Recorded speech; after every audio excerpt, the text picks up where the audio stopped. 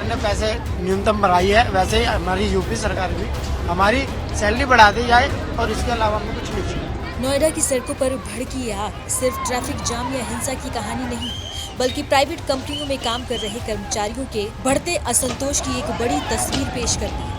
दरअसल मामला तब शुरू हुआ जब सैकड़ों कर्मचारी अपनी मांगों जैसे समय पर सैलरी, ओवरटाइम का भुगतान और बेहतर कामकाजी हालात को लेकर शांतिपूर्ण प्रदर्शन कर रहे थे।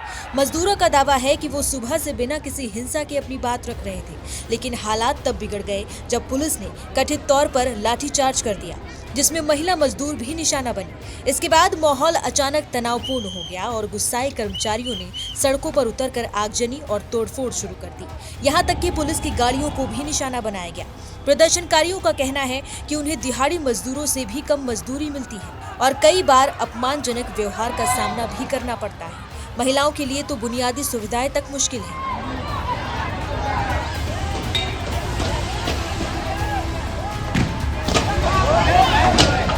दूसरी ओर पुलिस का पक्ष अब तक पूरी तरह सामने नहीं आया है, लेकिन ऐसे मामलों में अक्सर कानून व्यवस्था बनाए रखने का हवाला दिया जाता है। इस पूरे घटनाक्रम ने एक बार फिर सवाल खड़ा कर दिया है कि क्या देश के कॉरपोरेट सेक्टर में काम करने वाले कर्मचारियों की आवाज सही तरीके से सुनी जा रही है, या फिर उनकी समस्याएं तब तक नजरअंदाज होती रहेंगी जब तक हालात सड़कों पर नहीं फूट पड़ते। अब आपको मौजूदा जगह से एनडीटीवी की ग्राउंड रिपोर्ट दिखाते हैं।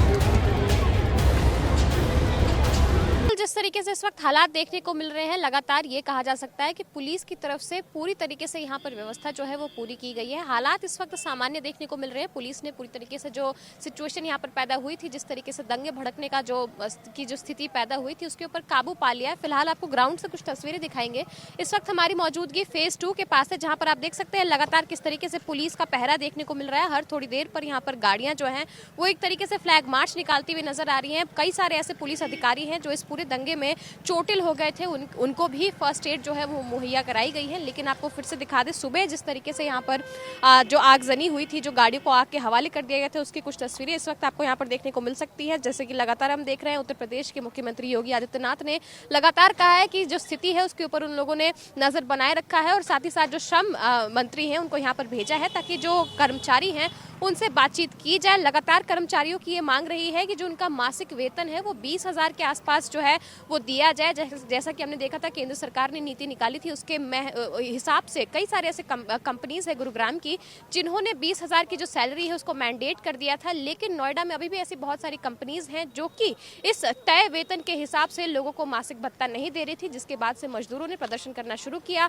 लगातार 6-7 दिनों से यहाँ पर जो मजदूर हैं और साथ ही साथ जो पुलिस और प्रशासन के लोग हैं उनके बीच में बातचीत लगातार जारी थी। जैसा कि नोएडा के डीएम के नेतृत्व में एक बैठक जो है वो भी बुलाई गई थी। कर्मचारियों के लिए हेल्पलाइन नंबर जो है वो भी जारी किया गया था। लेकिन आज जिस वक्त यहाँ पर प्रदर्शन हो रहा था, उस वक्त दंगे तब भड़के जब पुलिस की तरफ से ऐसा बताया जा रहा है कि यहाँ पर लोगों को शांत करने के लिए अपील किया गया। उसके बाद लगातार जितने भी मजदूर थे उनके अंदर काफ़ी ज़्यादा गुस्सा था, जिसके बाद से दंगे भड़के पथराव जो है वो शुरू किया गया। पुलिस की तरफ से लाठीचार्ज किया गया और आंसू गैस के गोले जो है वो छोड़े गए ताकि जो स्थिति है उस पर काबू पाया जा सके। फिलहाल ग्राउंड पर जो स्थिति है वो सामान्य है। सिर्फ फेज 2 ही नहीं बल्कि नोएडा के सेक्टर 62 में भी इस तरीके की स्थिति देखने को मिली थी। सेक्टर 15 के फ्लाईओवर के पास भी बहुत सारे ऐसे कर्मचारी थे जो बैठे थे और साथ ही साथ सेक्टर 63 में भी हमने देखा किस तरीके से एक कंपनी के अंदर घुसकर तोड़फोड़ जो है वो किया गया। फिलहाल पुलिस ने हालात पर काबू पा लिया है और जिस तरीके से यहाँ पर ग्राउंड पर स्थिति देखने को मिल रही है, ये कहा जा सकता है कि पुलिस अभी भी हाई अलर्ट पर है। दिल्ली से कनेक्ट करने वाले जो रास्ते हैं वहां पर ट्रैफिक जाम की स्थिति देखने को मिली थी। हालांकि अब ट्रैफिक जाम का जो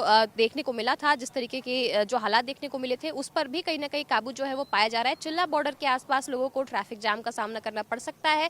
साथ ही साथ डीएनडी का जो फ्लाईओवर है वहां पर भी सुबह से काफी ज्यादा ट्रैफिक जाम जो है वो देखने को मिला है। नोएडा के अलग अलग जगहों पर भी इस वक्त काफी भारी ट्रैफिक जाम की समस्या जो है वो देखने को मिल रही है। गाड़ियां रेंग के चल रही है और लोगों को इस बात को लेकर के काफी ज्यादा परेशानी का भी सामना करना पड़ रहा है, क्योंकि आज सोमवार है, आज से ही वर्क वीक जो है वो शुरू होता है और इस तरीके से जाम जो देखने को मिली है उसको लेकर के लोगों के मन में भी कहीं ना कहीं असमंजस है कि स्थितियां कब तक सामान्य होती हैं और कब जाकर मजदूरों का जो गुस्सा है वो ठंडा होता है। क्योंकि मजदूर लगातार इस बात को लेकर के कह रहे हैं कि अगर उनकी बात को सुना नहीं गया तो इसी तरीके से जो प्रदर्शन है वो करते रहेंगे। तस्वीरें भी आपको लगातार दिखाएंगे दर्शकों को, जिस तरीके से यहाँ पर आज सुबह आगजनी हुई, जिस तरीके का वायलेंट प्रोटेस्ट यहाँ पर देखा गया, जिसके बाद पुलिस को जो है बल का प्रयोग करना पड़ा। बहुत सारी ऐसी गाड़ियां हैं जिसको आग के हवाले की गई थी प्रोटेस्टर्स की तरफ से, और पुलिस को लाठी चार्ज करने के अलावा आंसू गैस के जो गोले हैं उसका भी इस्तेमाल करना पड़ गया था, ताकि जिस तरीके से जो भीड़ अनियंत्रित हो गई थी, जिस तरीके से जो कर्मचारी हैं उनका गुस्सा काफी ज्यादा देखने को मिला था, उसके ऊपर काबू पाया जा सके।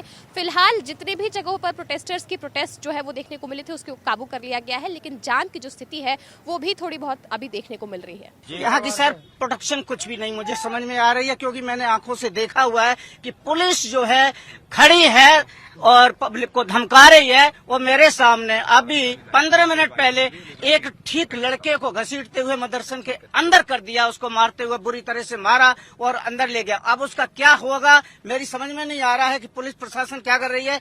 प्रशासन की तरफ से कोई हमारा सेटिस्फेक्शन नहीं है। जवाब यस मांगे हैं, बताइए। मांगे हैं जी हमारे 20,000 रूपये सैलरी होनी चाहिए, ओवर टाइम डबल होना चाहिए, सिलाई के कार्य संडे की छुट्टी होनी चाहिए।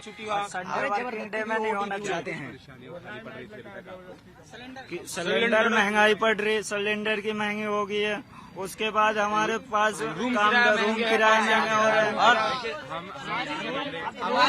हमारी असल मांगे हैं सैलरी बढ़नी चाहिए हमारी बड़ी, ठीक है। 20 से 25,000 रूपया सैलरी होनी चाहिए, ठीक है सर। 8 घंटे की डबल ओवर टाइम चाहिए, ठीक है। पैरामाउंट दीपावली पे एक कटोरा देके भेज देती है, ये भी बोनस तक नहीं देती है पैरामाउंट। और स्टाफ का सैलरी लाख लाख रुपया भर रहा है। मकान मालिक रूम भाड़ा पर दिन 4,500 5,000 का रूम मिल रहा है। प्रशासन से हमारा ये कहना है कि कर्मचारियों की सहायता करें, जो मांगे हैं उन्हें सरकार तक पहुंचाएं। तमाम जो गाड़ियां हैं उनमें भी आगजनी की गई।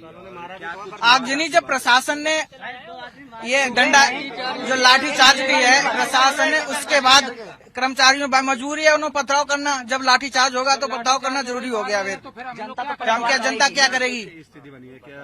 और भी यहाँ पर सड़कें वो बंद की गई है। सड़कें तो नोएडा पूरा बंद है।